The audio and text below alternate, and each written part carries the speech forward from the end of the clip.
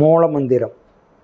அன்பே சிவம், அறிவே தெய்வம், மனமே குரு, குருவே சரணம், தன்னை அறியும் அறிவே பூரணம். மெய்யன்பர்கள் அனைவருக்கும் வாழ்த்துக்களையும் வணக்கத்தையும் தெரிவித்துக் கொள்கிறேன். வணக்கம், வாழ்க வளமுடன். இப்பொழுது நான் சிந்தனைக்கு எடுத்துக்கொண்டிருக்கும் பொருள் சித்திரகுப்தன். சொர்க்கம், நரகம், யமன், இந்த 3 வாக்கியத்தை பற்றி நம்ம பார்க்கலாம். இது பொதுவாக எல்லா வாழ்க்கையில நம்ம கேள்விப்பட்டது தான். அதுக்கு நிறைய பேர்த்துக்கு அதுக்கு விழிப்பு நிலை, அறிவறிஞ்சு விழிப்பு நிலையில் இருப்பாங்க. நிறைய பேர் அது ஒரு பய உணர்வுகள் இருப்பாங்க. அதனால் இதை நினச்சி நீங்கள் ஒன்றும் பயந்துக்க வேண்டியதில்லை. சப்ஜெக்டை விளக்கமாக பாருங்கள். கொஞ்சம் நேரம் சப்ஜெக்டு தான், தெளிவு தான் எல்லாமே. ஏற்கனவே மகன்கள் சொல்லிட்டு போயிருக்கிறாங்க. எதை எடுத்துனீங்கனாலும் ஆன்மீகங்கிற முழுமை கடைசியாக எங்கே முடியுதுன்னா அறிவின் தெளிவே ஆன்மீகம். அறிவில் தெளிவு பெற வரைக்கும் ஆன்மீகம், அறிவில் தெளிவு பெறாத இருக்கிற வரைக்கும் அது நம்பிக்கை. அப்போ நீ விளக்கம் பெறணும்னா அறிவில் தெளிவு பெற்றாதான் விளக்கம் கிடைக்கும். அறிவில் தெளிவு பெறாத இருக்கிற வரைக்கும் விளக்கம் கிடைக்கவே கிடைக்காது. எந்த ஒரு வாக்கியத்துக்கு விளக்கம் கிடைக்காது. மகான்கள் குருமார்கள்லாம் சொல்லி கொடுத்ததை ஆராய்ச்சி பண்ணி பார்த்து இது சரியா அது சரியா அது சரியான்னு நீங்கள் பிரித்து பிரித்து பிரித்து பிரித்து பார்த்தா தான் எப்படி விஞ்ஞானிகள் அணுப்பிரித்து பார்க்குறாங்களோ அந்த இன்னும் அதுக்கு அடுத்தது என்ன இருக்குது அதுக்கு அடுத்து என்ன இருக்குதுன்னு ஒவ்வொரு கூறாக பிரித்து பார்க்குறாங்களோ அது மாதிரி அந்த பிரித்து பார்க்கும்போது தான் உண்மைகளே தெரியும். அதனால தான் மகான்கள் சொல்வது அறிவை அறிந்த வரைக்கும் ஆன்மீகம், அறிவின் தெளிவே ஆன்மீகம். அப்போ அந்த அறிவில் தெளியணும். இதெல்லாம் வார்த்தையில் போட்டு வச்சுட்டு போயிருக்கிறாங்க. அப்போ நீங்கள் பாருங்கள், இந்த உலகத்தில் எத்தகைய அதிசயமாக இருக்கட்டும், இந்த மானிட பிறப்புக்கு அப்புறம் தானே இதெல்லாம் நடந்தது. மானிட பிறப்புக்கு முன்னாடி இதெல்லாம் அதிசயம் நடந்தது தான், இயற்கை தான் இருந்தது. மானிட பிறப்பு இயற்கை தான் இருந்தது. மானிடம் இடுப்பில் ஒரு கோமண துணி கட்டுறதுக்கே பல 100 ஆண்டுகள் ஆயிடுச்சுக்கிறான். இடுப்பில் ஒரு துணி, ஒரு இடுப்பில் கோமண துணி கட்டி அப்புறம் அது ஒரு வேஷ்டி, அது ஒரு வேஷ்டியை நினச்சி கட்டி ஒரு பெண்ணு மேலே சீலை போத்திக்கிறதுக்கு பல 1000 ஆண்டு, கொஞ்சம் நஞ்சம் இல்லை. அதுக்கப்புறம் தான் அந்த அறிவே கிடைச்சிருக்குது. அப்போ அறிவு கிடைக்க கிடைக்க கிடைக்க கிடைக்க மனிதன் அறிவால் ஏற்படுத்தி வச்சது தான் நாம் இன்னைக்கு புழங்கிக்கிட்டு இருக்கிற இத்தனை நல்ல விஷயமும். அந்த நல்ல விஷயத்தில் உள்ள புகுந்த தீய விஷயமும் கலத்தி விட்டாங்க பொழப்புக்காக. அப்போ நல்ல விஷயத்த நல்ல அறிஞர்களும் மகான்களும் கொடுத்துட்டு போனாங்க வாழ்க்கைக்கு. இன்னைக்கு எப்படி சும்மா இருந்துக்கிட்டு சில பேர் இப்போ பல பேர் 1000 பேர்த்து உழைப்பை ஒருத்தன் சாப்பிட்டுட்டு இருக்கிறான். அந்த மாதிரி தொழில் அமைச்சுக்கிறாங்க. 1 லட்சம் பேர்த்த உழைப்பை ஒருத்தன் சாப்பிட்றான், 1000 பேர்த்து உழைப்பை ஒருத்தனே சாப்பிட்ற மாதிரி இருக்கிற பற்றியில் இன்னைக்கு பார்க்குறீங்க விஞ்ஞான உலகத்தில். இதே மாதிரி தான் அன்னைக்குமா பல பேர் பாடுபட்டு சில பேர் சாப்பிட்டுக்கிட்டு எங்கேயும் சும்மா இருந்துக்கிட்டு சாப்பிட்றதுக்காக இந்த இயந்திரம், மந்திரம், மாயம், இந்த மாதிரிலாம் தவறான வார்த்தைகளெல்லாம் மக்கள் மத்தியில் பதிய வச்சு, அந்த பதிய வச்சு பயத்தை உணர்வை கொடுத்து சொர்க்கம் இருக்குது, நரகம் இருக்குது, அந்த மாதிரி உனக்கு அங்கே மேலே எண்ணெய் சட்டியில் போடுவாங்க, சின்னாம குழாயில் போடுவாங்க, இந்த மாதிரி கதையை சொல்லி மனிதனை பயனோர்படுத்தி வச்சுட்டு போயிருக்காங்க இல்லையா. அதனால் அந்த தெளிவு தெரிஞ்சுக்கப்பான்னு தான் மகான்களை ஆயிரக்கணக்கான நூல் எழுதி வச்சுட்டு போயிட்டாங்க. இந்த மாதிரி இருக்குது உலகம். அதனால் இரவும் பகல் இருக்கிற மாதிரி நல்லவனும் கெட்டவனும் அப்படி தான் வருவாங்க. இருள்னா நமக்கு பய உணர்வு கொடுக்கும், வெளிச்சம்னா தைரியத்தை கொடுக்கும். அந்த மாதிரி வாழ்க்கையிலேயும் நல்லவங்களும் இருக்கிறாங்க, அவங்க சந்தோஷம் கொடுப்பாங்க. தீய சக்திகள் கூட நம்மளை அறியாதே நம்மளை சுற்றிக்கிட்டு இருக்கணும். அது நமக்கு எப்பவுமே அடைஞ்சல் பண்ணிக்கிட்டு இருக்கு. அதனால அதுலாம் நம்ம சிக்க வேண்டியதில்லை. நீங்கள் அறிவை சிந்திச்சு பாருங்கள். எந்த பொருளை இருந்தாலும், எந்த ஆன்மீகமாக இருந்தாலும் அதுக்கு வெளிப்புறத்தில் அவங்களுக்கு ஒரு உருவத்தை கொடுத்துருந்தா அந்த உருவத்தை நினச்சிக்கிட்டு ஓடாதீங்க. உருவத்தை வழிபடுங்க. அதை நீங்கள் உருவத்தை வழிபடுங்க, வணங்குங்க, பிடிங்க. அந்த உருவத்தினுடைய அறிவியல் தெளிவுனா இந்த உருவத்தை ஏன் வச்சாங்க, எதுக்கு வச்சாங்க, அப்போ அந்த உருவத்தினுடைய உட்பொருளை நீங்கள் தெரிஞ்சுக்குங்க. அப்படி தெரிஞ்சுக்காத இருக்கிற வரைக்கும் நம்ம எத்தனை வழிபாடு பண்ணினாலும் நமக்கு சிரமம் தான். நீங்கள் யோசனை பண்ணி பாருங்கள். வேலையில்லைன்னு பல லட்சம் பேர் இன்னைக்கு எம்ப்ளாய்மெண்ட் எழுதி வச்சிருக்கான்னு சொல்கிறோம். அப்போ திருமணாவளின்னு எத்தனையோ பேர் அலைஞ்சிக்கிட்டு இருக்கோம். அப்போ நீங்கள் ஒரு பக்கம் போனால் வேலை கிடைக்கும், ஒரு பக்கம் போயிட்டு அர்ச்சனை பண்ணிட்டு வந்தால் வேலை கிடைக்கும், ஒரு பக்கம் அர்ச்சனை பண்ணிட்டு வந்ததுன்னா திருமணம் ஆயிரும், ஒரு பக்கம் அர்ச்சனை பண்ணிட்டு வந்தால் செல்வந்தர் ஆயிரலாம், ஒரு பக்கம் அர்ச்சனை பண்ணிட்டு வந்தால் நோயினுடைய தீர்ந்துருமுன்னா இந்த பள்ளிக்கூடம்லாம் எதுக்கு, டாக்டர் எதுக்கு, தொழிற்சாலை தான் எதுக்கு, அர்ச்சனை பண்ணி நம்ம செல்வந்தர் ஆயிரலாம், அர்ச்சனை பண்ணிட்டு வந்தால் மாப்பிள்ளை கிடைச்சிடும், அர்ச்சனை பண்ணிட்டு வந்தால் பொண்ணு கிடைச்சிடும். அது எதுக்கு இத்தனை தொண்டு மன்றத்தில் எழுதி வச்சுக்கிட்டு அவங்க இனத்தில் அவங்க எழுதி வச்சுட்டு படாத பாட்டு விட்டுக்கிட்டு அலைஞ்சிக்கிட்டு இருக்கிறீங்க? யோசனை பண்ணி பாருங்க. அது ஒரு புற வழிபாடு. மனிதன் தீய வழியில் போயிடக்கூடாதுங்கிறதுக்காக வடிவமைச்சு கொண்டு வர மாதிரி. எப்படி ஒரு வடிகால் இருக்குது, தண்ணி தாறுமாறாக போகிறத 2 பக்கம் டிச்சு கட்டி அது ஒரு முறையாக போகிற மாதிரி அறிவறிஞ்சும் ஏற்பாடு பண்ணி வச்சிருக்கிறாங்க. அந்த மாதிரி மனிதன் தாறுமாறாக போயிடக்கூடாதுங்கிறதுனால ஒரு வடிகால் மாதிரி நம்மளை நல்ல வழியில் கூட்டி போகிறதுக்காக இந்த தெய்வீக வழிபாடெல்லாம் ஏற்படுத்தி வச்சிருக்காங்களே ஒழிய அதைவே நீ நம்பிக்கிட்டு பார்த்துக்கிட்டு இருந்தால் ஒரு காலத்துலையும் நடக்காது. அறிவிலையும் தெளிவடைய முடியாது, வாழ்க்கையிலையும் முன்னேற்றம் அடைய முடியாது. அதனால அறிவு அறிகிற விஷயத்தை தெரிஞ்சுக்கங்க. யாராக இருந்தாலும் எந்த மார்க்கத்திலிருந்து எதை வணங்கினாலும் வணங்குங்க. அது மத வழிபாடு பண்ண வேண்டியதான். அதோட அறிவு அறியணும். இந்த அறிவு எங்கிருந்து வந்தது, இத்தனை விஷயத்தை ஏன் போட்டு போயிருக்காங்க அப்படின்னு தெரிஞ்சாதான் அறிவில் தெளிவடைய மொழியா. அது இல்லாத இருக்கிற வரைக்கும் இந்த பய உணர்வே நம்மளை பாதி ஆயுசை குறைச்சிடும். நிறைய பேர் நோய் வாய்ப்பட்டு போறாங்களா இல்லையா, பய உணர்வுனாலேயே நிறைய பேர் பெட்டு போட்டுறாங்க. சமுதாயத்தில் எடுத்து பார்த்தீங்கன்னா அப்படித்தான் இருக்கு. தொட்டதெல்லாம் பயந்துக்கிறாங்க. மன வலிமை கிடையாது. அதனால மனதை வலிவுபடுத்துங்க. மனமே மகேசனா இருக்கிறன்னு நம்ம பெரியவங்க சொல்லிட்டு போயிருக்காங்க, முன்னோர்கள் சொல்லிட்டு போயிருக்காங்க. அதனால நான் சொல்றது அதிசயமான விஷயமா ஆச்சரியமான விஷயமா கிடையாது. எல்லா பெரியோர்களும் அறிஞர்களும் சித்தர்களும் முத்தர்களும் 17 சித்தர் பெருமானர்கள்லாம் சொல்லிட்டு போன வாக்கியத்தை தான் நான் சொல்லிட்டு இருக்கிறேன் ஒழிய அவ்வளவு. இன்னொன்று என்னன்னு கேட்டீங்களா, இந்த தெய்வீக வாக்கியத்திலாம் உண்மை நிலையை சொல்லும்போது உண்மை நிலையை பார்த்தா உங்களுக்கு கொச்சமாக தான் தெரியும். பொய்யெல்லாம் பார்த்தா நல்ல சந்தோஷமான விஷயமே தெரியும். ஆனால் நம்ம பொய்ப்பொருள் தான் புழங்கிட்டு இருக்கிறோம். மெய்ப்பொருளை பார்த்தா கேட்கறதுக்கு கொச்சையாகவும் சங்கட்டமாகவும் தெரியும். ஆனால் அது விரும்பினாலும் வருமாட்டி அதுதான் மெய், உண்மை நிலை அதுதான். அதனால நீங்கள் கௌரவத்தை பார்க்காத, வார்த்தையை சிந்திச்சு பாருங்க, ஆராய்ச்சி பண்ணி பாருங்க, மகான்களை கொடுத்துட்டு போயிருக்கிற பொக்கிஷத்தை சிந்தி பாருங்க. அதனால உங்களுக்குள்ளேயே தோண்ட புதையெல்லாம் கிடக்குது. 6 அறிவு கொடுத்துட்டாங்க. அதுக்கு மேலே 6 அறிவுனா அதுக்கு ஏதாச்சும் உறுப்பு இருக்குது. 5 அறிவு வரைக்கும் உறுப்பு எல்லை உண்டு. இந்த கண்ணுன்னா கண்ணு எல்லை உண்டு. ஒரு தடுப்பு வந்துருச்சுன்னா கண்ணு அதுக்கு மேலே தெரியாது. காதுனா ஒரு எல்லை உண்டு. உங்கள் வீதி தாண்டி ஒரு மைக் செட்டு போயிட்டா உங்களுக்கு காது கேட்காது. நாக்குனா ஒரு 2-3 லட்டு சாப்பிடுவீங்க, 4வது லட்டு சாப்பிட்டா நாக்கு எரியும். அப்போ இந்த 5 புலன்களுமே ஒரு எல்லை உண்டு. அந்த எல்லைக்கு மேலே அது வேலை செய்ய முடியாது. ஆனால் 6வது மனமா இருக்குதுங்கிற மாதிரி என்ன உண்டா, எல்லை உண்டா? உண்ணும் உணவும் உடல் மட்டும் பாயும், எண்ணும் எண்ணம் எங்கும் பாய்கிறாங்க. அப்ப இந்த எண்ணம் ஏன் எங்கும் பாயுதுன்னா அது சுத்த வெளியிலிருந்து வந்திருக்குது, இங்க யாரும் கொடுக்கல. அந்த சுத்த வெளியிலிருந்து வந்ததுனால அந்த சரக்கடிக்கிற நேரத்துல பல லட்சம் கோடி மைல் தூரத்துல உங்களுக்கு நினைவு போகுது. பல லட்சம் கோடி மைல சடியர்னு ஒரு சரக்கடிக்கிற நேரத்துல உட்காந்துக்கும், யானத்துல உட்காந்துக்கும். யானத்துல துரியாதீனம் பண்ணினீங்களா, பல லட்சம் கோடி தூரத்தில் இருக்கிறத நினைவு போனீங்களா, பல லட்சம் கோடி ஒரே சடக்கு நேரத்தில் டப்புன்னு உள்ள வந்து உட்காந்துக்கும். ஏன்னா மின்னலை விட பல சக்தி வாய்ந்தது அந்த மனம். அப்ப அதனால சிந்திச்சு பாருங்க. அப்ப சித்திரகுப்தன், சொர்க்க நரகம், யமன், இந்த 3 சொல்றதுக்கு தான் உங்களுக்கு முன்னாடி இந்த வாங்கி. அப்ப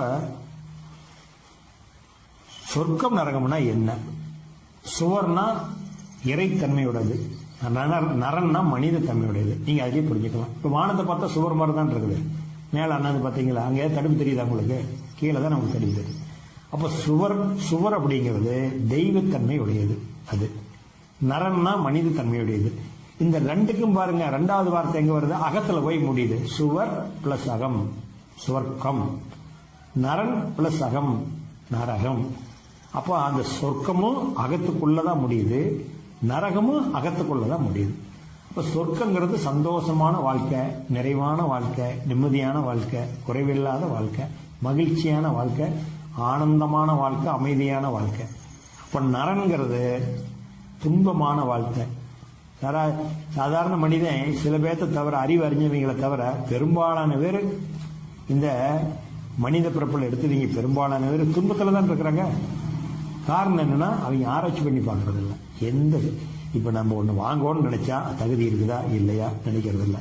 யாரோ ஒருத்தர் கொடுக்குறாங்க, எப்படி ஒன்று வாங்கிக்கிறான், கொடுத்தவங்க கேட்கறது துன்பப்படுது. அப்ப அந்த அன்னைக்கு தூக்கமே வராது. அதுக்கு பேர் தான் நரகம். அந்த பணம் வாங்குறப்ப நம்ம செலவு பண்ண பாரு, அன்னைக்கு சொர்க்கம். அப்ப இது சொர்க்கம் நரகம் எங்க இருக்குது? ஒரே பொருள்ல தான் இருக்குது. செலவு பண்ணி சந்தோஷம் அனுபவிச்சா சொர்க்கம். பண்ணின செலவு நம்மளதா இருந்ததுன்னா எப்போ சொர்க்கம். பண்ணின செலவு அடுத்தவனுடைய பணமா இருந்ததுன்னா அது கேட்க அவங்க வர்றாங்க பாரு, அல்லது நாம அவங்க கேட்கலாம் கூட கொடுக்கணும், டைம் ஆயிடுச்சுன்னு நினைக்கிறோம்ல, அதை கொடுத்து முடிக்கிற வரைக்கும் நமக்கு கவலை வேதனையா இருக்குது இல்ல, அது நரகம். வேற ஒண்ணும் கிடையாதுங்க. சொர்க்க நரகத்துக்கு பெரிய சப்ஜெக்டா சொல்லுங்கிறதே இல்லை. சந்தோஷமான நிகழ்ச்சியா இருந்தா அதுக்கு பேர் சொர்க்கம், துன்பமான நிகழ்ச்சியா இருந்தா அதுக்கு பேரு நரகம். அப்ப நரகமும் சொர்க்கமும் எங்க இருக்குது? இங்கதான் இருக்குது. அப்ப சுவர் பிளஸ் அகம், நரன் பிளஸ் அகம். அப்ப தெய்வ செயலா இருக்கிறதும் மனித செயலா இருக்கிறதும் ரெண்டு இந்த அகத்துக்குள்ளதான் நடக்குது ஒழிய புறத்தே எங்கேயுமே நடக்காது. அப்ப அதனால நீங்க வாழும் நிலை அறிஞ்சு வாழுங்க. நம்ம வருமானம் என்ன, எந்த அளவுக்கு வாழலாம் அப்படின்னு நினைச்சு வாழுங்க. அப்படி வாழ்ந்தீங்களா யாரும் உங்களுக்கு துன்பம் கொடுக்க முடியாது, உங்களுக்கு நீங்க துன்பம் தர மாட்டீங்க. அதனால எந்த சூழ்நிலையிலே நாம நமக்கு வருமானத்துக்கு மீறின கடன் வாங்கி செய்யணுங்கிற எண்ணம் வரவே கூடாது. வந்ததுன்னா அது நரகம் தான், வேற ஒண்ணும் இல்லை. அது வல்லைன்னா சொர்க்கம், வேற ஒண்ணும் இல்லை. அதனால சொர்க்க நரகத்துக்கு பெரிய டெபினேஷன் கொடுக்கணுங்கிறது இல்லை. சப்ஜெக்டா சொன்னா 2 நாளைக்கு கூட சொல்லலாம். என்ன பண்ண போறீங்க சொல்லி விளக்கம் சொல்லி இவ்வளவுதான் சொர்க்க அனுபவம். ஏன்னா இந்த வார்த்தைக்கு நீங்க அர்த்தம் புரிஞ்சுக்கணுங்கிறதுக்கு சிம்பிளா சொல்றேன். அதுல இருந்து நீங்க பிரிச்சு பாத்துக்கோங்க. அப்ப சந்தோஷம் அனுபவிச்ச சொர்க்கம், சுவர் பிளஸ் அகம் உள்ளதா இருக்குது. துன்பத்தை அனுபவிச்சா நரகம், நரக வேதனை அனுபவிக்கிறேன்டா. நரன் என்ன? மனிதன். நரக வேதனை அனுபவிக்கிறான்னா இந்த நரன் உள்ள வேதனை அனுபவிக்கிறான். அதனால அப்ப சொர்க்கத்தை அனுபவிக்கிறது இந்த மனிதன் தான், நரக வேதனை அனுபவிக்கிறது இந்த மனிதன் தான். சரி, அதனால இதுதான் சொர்க்க நரகம். அப்புறம் சித்திரகுப்தன். சித்திரகுப்தன்னா பாத்துங்க, இப்ப நம்ம 2 அனுபவிச்சோமா, நல்லது கெட்டது அனுபவிச்சுமா, ரைட் அனுபவிச்சிட்டோம், நல்லது கெட்டது அனுபவிச்சிட்டோம். சித்திரகுப்தங்கிறான். சித்திரம் என்ன? பாட்டு எழுதுறாங்க, அவங்க சித்திரம் தானே வரைகிறாங்க. ஒரு உருவத்தை நீங்க கொடுத்து இந்த மாதிரி ஒண்ணு வரைஞ்சு கொடுனா வரைகிறாங்க. அப்ப சித்திரம்னா உருவம்னு முதல்ல நீங்க நினைச்சுக்கணும். அதுதான். அப்ப சித்திரம்னா உருவம். எது உருவம்? இந்த உடம்பு தான் உருவம். குப்தானா என்ன? இதெல்லாம் வடமொழி சொல்லு, அதனால ஆன்மீக வார்த்தை. பதிவுன்னு அர்த்தம். குப்தா அப்படின்னா பதிவு. சித்திரம் என்றால் உருவம், குப்தானா பதிவு. நல்லா புரிஞ்சுக்கங்க. சித்திரம் என்றால் உருவம், வெளியே இருக்கிறது உருவம். ஆர்ட் பேப்பரு அல்லது செவத்துல வரைஞ்சி வச்சிருப்பாங்க, அது உருவமா தெரியுது. அதே சித்திரம் நம்ம சித்திராரு, நம்ம நம்மளுடைய உடல் தான் நமக்கு சித்திரம். வெளியே செவத்துல இருக்கிற சித்திரமும் ஒண்ணுதான், ஆர்ட்ல இருக்கிறது அது பேசாது, நம்ம பேசுறோம். அப்ப சித்திரம் என்றால் இந்த உடல், குப்தா என்றால் பதிவு. இந்த உடலுக்குள்ள பதிவாகுதப்பா. நீ சொர்க்கத்தை அனுபவிச்சாலும் நரகத்தை அனுபவிச்சாலும் இந்த உடல்ல தான் பதிவாகுது. இதுதான் சித்திரகுப்தா. அப்ப சித்திரம் என்றால் உடல், குப்தா என்ற பதிவு, வேற ஒண்ணும் கிடையாது. பென் டிரைவர்ல வாங்கிட்டு வந்து வச்சிருக்கீங்க, பதிவு பண்றீங்களா, அந்த மாதிரி. அது மாதிரி நீங்க நினைக்கிற ஒவ்வொரு செயலும் மூளை செல்கள் மூலியமா நினைச்சாலும் அது செரண்டிக் சென்டர்ல போய் அக்கந்து அமர்ந்துக்கும். மறுபடியும் என்னைக்கு தேவைப்படுதோ நீங்க எடுத்து கொடுக்கும். இந்த ஏற்கனவே இதெல்லாம் நினைச்சு வச்சிருக்கிற, இதெல்லாம் போய் செயல்படுத்தணும். அப்ப செயல்படுத்துறதுக்கு நாம பொருளாதாரம் இருந்தா சந்தோஷமா இருக்கும், பொருளாதாரம் இல்லையா போய் சிக்கிக்குவோம். அப்ப உள்ள அனுப்பி பதிவு பண்றது நல்லதா பதிவு பண்ணி போட்டா அது தேவைப்படுறது நல்லதை எடுத்து கொடுக்கும். அதனால சித்திரம் என்றால் இந்த உடலுக்கு பேர் தான் சித்திரம். குப்தானா பதிவு. நீ ஒவ்வொரு செயலும் இந்த உடல்லையும் மனதிலையும் பதிவாகிட்டு இருக்குது. அப்ப சித்திரகுப்தங்கிறதுக்கு அடையாளம் இதுதான். சொர்க்க நரகங்கிறதுக்கு முதல்ல சொன்னேன். இது சித்திரகுப்தா. அதிகமா தேவையில்லை, நீங்க இப்ப அதுல இருந்தே இதை புரிஞ்சுக்கிட்டீங்க. அப்ப சித்திரகுப்தானா சித்திரம் என்றால் உடல், குப்தானா பதிவு, வேற ஒண்ணும் இல்லை. அந்த குப்தாங்கிற வார்த்தைக்கு பதிவுன்னு அர்த்தம் சொல்லுவாங்க மகான்கள். சித்திரகுப்தன் உள்ள இருந்து சித்திரகுப்தன் பார்த்துக்கிட்டு இருக்கிறான் அப்படின்னா பதிவு பண்ணிக்கிட்டு இருக்கிறான். அப்ப சித்திரகுப்தனா உடலும் பதிவுக்கும் பேரு சித்திரகுப்தன். ஒன்னொன்னு யமன். யமன்னா காலன்னு அர்த்தம். யாருக்காக வேண்டிய அது நிக்குமா? ஒரு மனிதனை சத்தியா நில்லப்பா, கொஞ்ச நேரம் நில்ல, நான் வரேன் அப்படிங்கிறீங்க புற வாழ்க்கையில். அவன் நிப்பான் உங்களுக்காக, அவசரப்படாத, வெயிட் பண்ண, ஒரு 10 நிமிஷம் வெயிட் பண்ணுங்கிறீங்க. இவன் மானிடன் நிப்பான் வந்துடுறான். இந்த சூரியன்கிட்ட போய் நீ சூரியனே சூரியனே அப்படியே நெல்லு குளிக்காது, இந்த வெளிச்சம் இப்படியே இருக்கட்டும், இந்த நிழல் போய் இந்த நிழல் இதே இடத்துல இருக்கட்டும். அந்த நிழல் பாத்தீங்களா சூரிய உதிச்சத்துல இருந்து சாயந்தரம் மறைகிற வரைக்கும் கொஞ்சம் கொஞ்சமா இஞ்சி போய் சாயந்தரம் இருள் கொடுத்துரும். சூரியன் மறைஞ்சிருவார், சந்திரன் ஸ்டார்ட் ஆயிடுவார், அவர் டியூட்டிக்கு வந்துருவார். இவர் டியூட்டி முடிஞ்சு போயிருவார், பகல் டியூட்டி, அவர் நைட் டியூட்டி, அவர் நைட் டியூட்டிக்காரர் வந்துருவார். இவங்க டியூட்டி கரெக்டா செய்யறாங்கல்ல. அதனால சூரியனை நீ கொஞ்ச நேரம் இந்த இடத்துல இந்த நிழல் இப்படியே நிக்கட்டும், அடுத்த கொஞ்சம் நிமிந்துராதுன்னு சொன்னா நிக்குமா? நிக்காது. சந்திர பௌர்ணமி வருது, அப்படியே அந்த வெளிச்சம் நிறைஞ்சு இருக்கட்டும், நீ நிமிந்துராத, சந்திரனை நிமிந்துராதீங்கன்னா நெவர் கேட்குமா? கேட்காது. ஏன்னா அதனுடைய வேலை இது 12 மணி நேரத்துக்கு ஒருக்கா அதனுடைய கடமை செய்யுது, அது 12 மணி நேரத்துக்கு ஒருக்கா தன்னுடைய கடமை செய்யுது. அதனால கடமையில தவறிட்டோமா அப்புறம் நம்ம காலம் கடந்து பிரயோசனம் இல்லை. கண் கட்ட பின்னகாரம் சூரிய நமஸ்காரம் பண்ண முடியாது. கண்ணுன்னா புறத்தையே பார்த்துட்டு இருக்கிற கண்ணு கிடையாது, அகத்தை பார்க்கிற நெற்றிக்கன்னு சொல்றோம்ல, அந்த கண்ணுக்கு மூலமா ஒரு கண்ணு வேணும். அந்த கண்ணு தான் உள்ளுக்குள்ள பாக்குறது ஞான கண்ணு. ஆனா ஞான கண்ணுக்கு எனர்ஜி வேணுமே. அந்த ஞானக்கண்ணுக்கு வேணுமே எனர்ஜி. அப்ப புறக்கண்ணு பார்க்க முடியாது, அகக்கண்ணால நம்ம காட்சிகளை பார்க்கலாம்னா கண்ணை மூடி தவம் பண்ண சொல்றோம். அந்த கண்ணை மூடி தவம் பண்றதுக்கு எனர்ஜி வேணுமே, அந்த எனர்ஜி தான் ஒரிஜினல் கண்ணு. அது எங்க இருக்குது? அதுதான் ஜீவ வித்து குழம்பு விந்து நாதம். நாதம் ஒளிமாங்க. அப்ப நாதமும் ஒளியும் இருந்தா தான், அந்த வைப்ரேஷன் இருந்தா தான் நெற்றி கண்ணில் உங்களுக்கு அந்த ஒளி தெரியும். அந்த ஒளி வைப்ரேஷன் மங்கிட்டா, யார் ஒருத்தருக்கு அந்த விந்து சக்தி மங்கியிருந்தோ அந்த புருவ மையத்தில் கிடைக்காது. அமைதி வேணா கிடைக்கும், சத்திய இயல்பா உட்காந்துருக்கலாம், அமைதியா இருக்கலாம் மொழிய. அந்த நெற்றி கண்ணில் ஜோதி தரிசனம் பார்க்கறது கஷ்டம். அப்ப அந்த பிரம்ம பிரகாச பெருவழி பார்க்கறதுனா ஒவ்வொருத்தருக்கிட்டே அந்த ஆணுக்கு வந்து சிரோனிதமும், பெண்ணுக்கு சிரோனிதம், ஆணுக்கு சுக்கிலம். அதனால அந்த விந்து நாதத்திலிருந்து வர்றது சுக்கிலம் சிரோனிதமாங்க. அப்ப விந்து நாதத்திலிருந்து வரக்கூடிய ஒரு பொருள் அந்த ஆணுக்கு சுக்கிலம், பெண்ணுக்கு சிரோனிதம். இந்த ரெண்டு சக்தியும் அவங்க ஆணா இருந்தாலும் பெண்ணா இருந்தாலும் எந்த அளவுக்கு தேக்கி வச்சு தேவைக்கு போக இருப்பு வச்சு தாக்கு வச்சு அதை பார்த்து தவம் பண்றாங்களோ அவங்களுக்கு வந்து அந்த ஆவி வந்து தண்ணி எப்படி சுடுதண்ணி கொதிக்க வச்சா கப கப கவனு மேல் நோக்கி வருது, அதே தண்ணிக்குள்ள தானே அந்த ஆவி இருக்குது. அந்த ஆவி எங்க இருக்குது? அது மாதிரி நம்ம உடம்புல உட்காந்து தவம் பண்ணும் போது அந்த எனர்ஜி, அந்த விந்து சக்தி, அந்த சக்தி அதிகம் இருந்ததுன்னா அதனுடைய ஆவி திரண்டு நமக்கு மேல உச்சிக்கு வரும்போது இந்த வழியா வரும். அதனால இயல்பா நீங்க பெரிய பயிற்சி பண்ணாலும் முன்னாடி புருவ மையத்தை நினைச்சுக்கிட்டு இருந்தாவே அந்த ஆவி வந்துடும். அதாவது என்ன ஒரு 10 நிமிஷம் சேஃப்டி ஆகும், அவ்வளவுதான். சில பல முயற்சி பண்ணி ஏதோ ஒரு மூச்சு இழுத்துடுறதோ அது எதையும் பண்ணுனா கொஞ்சம் முடிட்டா கிடைக்கும். இல்லைன்னா 10 நிமிஷத்துக்கு அப்புறம் வந்துடும். ஏன்னா நீங்க மூச்சு வெளியே வர்றதுல உள்ளதானே கவனிக்கிறீங்க. உள்ள கவனிக்கிற போது அது ஒரு 5 நிமிஷம் லேட் ஆகும். அதனால வேற ஒண்ணும் இல்லை. அதனால இந்த யமன்கிறது காலம் யாருக்காகவும் கட்டுப்பட மாட்டான். அதுக்காக தான் சூரியன் சந்திரனுடைய இயக்கத்தை சொன்னது. அது வர வேண்டிய நேரம் வந்துருச்சுன்னா ஆட்டோமேட்டிக்கா அவனை கூட்டிட்டு போயிடுவான். ஒரு நிமிஷம் கூட செடக்கடிக்கிறதா கூட வெயிட் பண்ண மாட்டான். நிர்ணயிக்கப்பட்ட நேரத்தில் உடனே நம்மளை வரவழைச்சுக்குவான். அதனால ஏற்கனவே சொன்ன மாதிரி நம்ம யமங்கிட்ட போறதும் சிவங்கிட்ட போறதும் நம்ம கிட்ட தான் இருக்குது. நம்மளாம் ஜீவன்ஜாதி. தியானம் எடுத்தவங்க எல்லாம் ஜீவன்ஜாதி. தியானம் எடுக்காதவங்களும் சிவசாதி இருக்கிறாங்க. நல்ல தீவிரமான தெய்வ பக்தி இருந்து அந்த மாதிரி 24 மணி நேரம் தெய்வ நிலையிலேயே இருக்கிறவங்களும் அந்த நிலையை அடைவாங்க. ஆனா அந்த தெய்வ நிலையில இருக்கணும். தியானம் எடுத்தவங்களும் சரி, உருவ வழிபாட்டில் இருக்கிறவங்களும் சரி, தன்னுடைய பொழப்புக்கு முக்கியம்னு பார்த்து அதை வந்து சும்மா இருக்கிற நேரம் கொஞ்ச நேரம் செய்யலாம். காலையில ஒரு 5 நிமிஷம் அல்லது வாரத்துக்குன்னா ஒரு நாளைக்கு போயிட்டு வரலாம்னு நினைச்சா அது கடமையா போயிடும். அதுல வந்து நமக்கு சந்தோஷம் கிடைக்காது. அது பெரிய தலையாய கடமை நான் முக்தி அடைகிறது அப்படிங்கறத நினைச்சு யார் ஒருத்தர் வாழ்றாங்களோ, என்னுடைய அல்டிமேட் கோல், என்னுடைய வாழ்வினுடைய லட்சியம் இந்த ஜீவன் முக்தி அடைகிறது தான். இது வந்து தொடர்பு, இந்த வந்து போறது சமுதாய தொடர்புன்னு நினைச்சுக்கிட்டு சமுதாயத்திலையும் குடும்பத்திலையும் உறவுகளையும் இதை வந்து தொடர்பு, இதை என்னைக்கு இருந்தாலும் கழட்டி விட்டு போறதுதான். நாம கழட்டி விடலன்னா அவங்க கழட்டி விட்டுருவாங்க.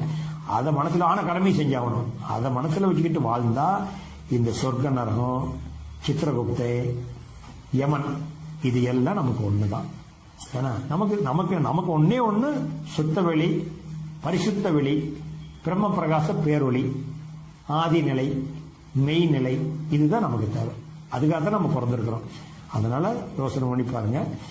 இதுதான் இந்த சித்திரகுப்தனுக்கு உண்டானதும் சொர்க்க நரகத்துக்கு உண்டானதும் யமனுக்கு உண்டானதும் எல்லாம் புரிஞ்சுக்கங்க. சொர்க்க நரகங்கிறது சொர்க்கனாலும் நாம் அனுபவிக்கிற நல்ல செயல்கள், நரகனாலும் ரெண்டு அகத்துக்குள்ள அனுபவிக்கிற தீய செயல்கள். அப்ப வந்து சித்திரனா நம்ம உடம்பு, குப்தானா பதிவு, உடம்புக்குள்ள பதிவாவது, எந்த காரியமா இருந்தாலும் பதிவாவது ஜெனடிக் சென்டர்ல போய் சேர்ந்துடும். அப்புறம் யமன்னா காலம், காலத்துக்கு பேர் யமன் அப்படிம்பாங்க. அதனால அதை பாருங்க. அதனால சொல்லுவாங்க அப்போ வந்து கால நேரம் பார்த்து செய்யுங்கன்னு சொல்லணும்னு. கால நேரம் பார்த்து செய்யப்பா ஒரு நிகழ்ச்சியை, ஒரு நிகழ்ச்சி செஞ்சா சரி நேரங்காலம் பார்த்து செய்யப்பா அப்படின்னு சொல்லுவாங்களே, அதுல வந்து உண்மையாலுமே கெட்ட நேரம்னு ஒண்ணு இருக்குதா, நல்ல நேரம்னு ஒண்ணு இருக்குதா அப்படின்னு சில பேர் நினைக்கிறாங்க. பிரபஞ்ச இயக்கத்துல இறைவனுடைய பரிணாமத்துல கெட்ட நேரம்னு ஒண்ணு இல்லை, நல்ல நேரம்னு ஒண்ணு இல்லை. எல்லாமே சிறந்த நேரம், உயர்ந்த நேரம். ஆமா, அப்படி இருக்கு. இதெல்லாம் ஏன் பிரிச்சு வச்சிருக்காங்கன்னா, இதெல்லாம் பிரிச்சு வைக்கலன்னா உங்க வாழ்க்கைக்கு வந்து உங்களுக்கு சப்புன்னு இருக்க வாழவே முடியாது. அப்ப ஏதோ ஒண்ணு காட்டணும், அதுக்காக அதை கட் பண்ணி காட்டுறாங்க புற வாழ்க்கைக்கு. அதனால இந்த காலை மாலை அப்படிங்கிறது உங்களுக்கு இந்த நிழல் வந்து மறைகிறது போகிறது வந்துச்சு. இதெல்லாம் நேரம் கண்டுபிடிச்சு கொடுக்குறாங்க. புலக்காட்டுறதுக்கு வெளியே புலங்கிறதுக்கு வந்து உங்களுக்கு அறிவியல் வாழ்க்கையிலையும் உளவியல் வாழ்க்கைக்கும் ஒரு தொடர்பு வேணுமில்ல, அதுக்காக வந்து அந்த நேரங்காலத்தை வாழ்க்கைக்காக செட் பண்ணி வச்சிருக்கிறாங்க ஒழிய நேரங்காலத்தில் இன்ப துன்பம் கெட்ட நேரம் நல்ல நேரம் கிடையாது. நீங்க வந்து எப்படி உபயோகப்படுத்திக்கிறீங்களா அதுதான் நல்ல நேரம் கெட்ட நேரம். கெட்ட நேரம் நல்ல செயல் கெட்ட செயல் தான் இருக்குது ஒழிய செயல்ல தான் நல்ல செயல் கெட்ட செயல். நேரங்காலத்துல கெட்ட நேரம் நல்ல நேரங்கிறது இறைவனுடைய படைப்புல கிடையாது, மனிதனுடைய படைப்புல அது இருக்குது. அப்ப நேரங்காலம் பார்த்து செய்யுங்க, நேரங்காலம் பார்த்து செய்யுங்க அப்படின்னு பெரியவர்கள் சொல்லியிருக்காங்கன்னா அதுக்கு மகான்கள் சொல்ற விளக்கம் என்னன்னு கேட்டீங்கன்னா, சொர்க்க நரகம், சித்திரகுப்தன், அப்போ யமன்னா அது காலம்னு சொல்லியிருக்கேன். காலமனுக்கு பேர் யமன் தான். அதை யாருக்காக வெயிட் பண்ணி யமன் அப்படின்னா அதுக்கு வந்து காலம்னு பேர், வேற ஒண்ணுமே கிடையாது. அது மாதிரி நீங்க உருவெல்லாம் வந்துட்டு இருக்க முடியும்னு பயந்துக்காதீங்க. யமன்னா அதுக்கு வந்து சரியான ஒரு காலனுக்கு பேர் தான் யமன். அவன் யாருக்காக வெயிட் பண்ண மாட்டான், அந்த காலம் சொல்ல கொண்டே இருக்கும். கால சுழற்சியில இறைவனுடைய செயல்பாடு எதுக்காகவும் நிக்காது. சூரிய உதிக்கிறது உதிக்கும், சந்திர உதிக்கிறது உதிக்கும். அப்ப கால நேரம் பார்த்து செய்ய அப்படின்னு பெரியவர்கள் சொல்லிட்டு போயிருக்காங்கன்னா, காலங்கிறது இறைவனுக்கு சொந்தம், அவன் தான் இயக்கிறான். நேரங்கிறது உனக்கு சொந்தம், அதுல நீ செட் பண்ணிக்கலாம். அதுதான் அதுக்கு தான் அந்த நேரம். காலன் வந்து நல்லா புரிஞ்சுக்குங்க, காலன் அப்படிங்கிறது இறைவனால் இயக்கப்படுறது, அது இறைவனுடைய சொந்தம், அவனுக்கு தான் சொந்த காலம். அதுல ஒரு நேரத்தை நீ பொறுக்கி எடுத்துக்க. இப்ப வந்து 1000 வருஷத்துக்கு முன்னாடி எல்லாம் சோத்துக்கே கஷ்டப்பட்டாங்க நம்ம சொல்லியிருக்கோம். வீட்டுல ஒரு நிகழ்ச்சி நடந்ததுன்னா அது காலையில பொழப்பு தேடி போயிடும். மலை பக்கமும் காட்டு பக்கமும் ஃபாரஸ்ட் பக்கமும் பொழப்பு தேடி போயிடுவாங்க விறகு பொறுக்கிறதுக்கு. அதுக்கு இருக்கு யாராவது வயசானவங்க பொழப்பு கிளப்பு ஏதாச்சும் கடந்ததுன்னா அது எதுனா ஏதாச்சும் அடக்காயிட்டா எல்லாம் வந்து ஒன்று சேர்ந்து அவங்களுக்கு எந்த நேரம் ஒத்து வருதோ அந்த நேரத்தில் அடக்கம் பண்ணுவாங்க. அப்போ வீட்டில் ஒருத்தர் இருந்தா கூட காலையில் அடக்காயிட்ட கூட சாயந்தரம் அந்த வெளியே போனவங்கலாம் பொழப்பு தேடி போனவங்கலாம் வர்ற வரைக்கும் அது கிடக்கும், அவங்களுக்கு நேரத்தில் அடக்கம் பண்ணுவாங்க. அந்த மாதிரி எந்த நேரம் உனக்கு முடியுதா. இப்போ உதாரணத்துக்கு ஏன் நேரம் செட் பண்ணிக்கிறாங்கன்னா, இப்ப காலையில இப்ப இன்னைக்கு தான் நிறைய சௌகரியம் வந்துருச்சு, 2 நாள் லீவ் கூட போடுறோம், பொருளாதாரம் வந்துருச்சு. ஒரு நிகழ்ச்சினா அன்னைக்கு ஒரு வேலைக்கு வெளியே போய் விளம்பு தேடி ஏதாச்சும் பொறுக்கிட்டு வரலைன்னா வீட்டுல சோறு ஆக்க முடியாது, அடுப்பெறிய முடியாது. அந்த மாதிரி பொழப்பு அன்னன்னைக்கு பொழப்புக்கு அன்னன்னைக்கு போயே ஆகணும். அன்னைக்கு போகலின்னா அன்னைக்கு வெளியே போகலின்னா அன்னைக்கு அவங்க பட்டினி. அப்படி இருக்கிற காலத்துல அவங்க என்ன பண்ணுவாங்கன்னா, ஒரு நிகழ்ச்சி ஏற்பாடு பண்ணா அப்பா இறைவனுடைய காலத்துல நேரத்தை அமைச்சுக்குவாங்க. சரிப்பா காலையில நாம வந்து வெடிக்காலம் 4 விட்டு 5 மணிக்குள்ள எல்லாம் படப்படன்னு தாலியை கட்டிட்டு இந்த பொண்ணு மாப்பிள்ளையை தாலி கட்டி விட்டுட்டு நம்மளாம் புலம்புக்கு போயிடலாம் அப்படின்னு போயிடுவாங்க.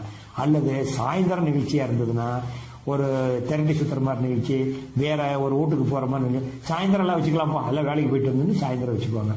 இதுதான் இறைவனுடைய காலத்துல மனிதனுடைய சௌரியத்துக்காக தேர்ந்தெடுக்கிறது நேரம். கால நேரங்கிறது தனியா ஒண்ணு கிடையாது. அதனால எல்லாம் கெட்ட நேரம் நல்ல நேரங்கிறது இறைவனுடைய படைப்புல இல்ல. நான் கேள்விப்பட்ட வரைக்கும் எனக்கு சொல்லிக் கொடுத்த மகான்கள்ல கெட்ட நேரம் நல்ல நேரங்கிறது தியானம் பண்றவனும் கிடையாது, அறிவு அறிஞ்சவனும் கிடையாது. அது புற வாழ்க்கைக்கு ஏற்படுத்தி வச்சது. காலத்தை இயக்கிறது இறைவன், அதுக்கு உண்டான நேரத்தை செலக்ஷன் பண்ணணும் உங்க கையில இருக்குது. அதனால வேலை கெடாத செய்யறதுக்காக சாயந்தரத்தையும் காலையிலும் தேர்ந்தெடுத்துக்கிட்டாங்க. இப்ப 10 மணிக்கு ஒரு நிகழ்ச்சியை வச்சா, 11 மணிக்கு வச்சா, அல்லது சாயந்தரம் 3 மணிக்கு 4 மணிக்கு வச்சா அது பொழப்பு செய்ய முடியுமா? ஒரு நாள் பொழப்பு கெட்டு போயிருமோல, அன்னைக்கு பொழப்புக்கு போகலினா தான் சோறு இல்லையே. அதனால நீங்க யோசனை பண்ணி பாருங்க. அதுக்காக இறைவனுடைய கால நேரம்னா இறைவனுடைய காலத்துல இறைவன் காலத்தை இயக்கிட்டு இருக்கிறான். அவனுடைய காலத்துல உனக்கு எந்த நேரம் ஒத்து வருதோ அந்த நேரத்தை நீ தேர்ந்தெடுத்துக்க, அவ்வளவுதான் ஒழிய இது வந்து பொழப்புக்காக ராகு யமகண்டம் போக்குவரத்துங்கிறாங்க. அது நீங்களே பார்த்து புரிஞ்சு சிந்தனை பண்ணி தெரிஞ்சுங்க. அதனால இதுதான் சொர்க்க நரகம், சித்திரகுப்தன், யமன், கால நேரங்கிறதுக்கெல்லாம் எனக்கு குருமார்கள் சொல்லிக் கொடுத்த விளக்கம் இதுதான். நான் அதை உங்களுக்கு சொல்லியிருக்கிறேன். நீங்க ஆராய்ச்சி பண்ணி பார்த்து தெளிவடையலாம். தெளிவு பெற்று வாழ்வாங்க வாழ வேண்டும் என்று கேட்டுக்கொண்டு இந்த தெய்வீக சிந்தனையை நிறைவு செய்து கொள்ளலாம். வாழ்க வளமுடன். உயிர்கள் வாழ்த்து.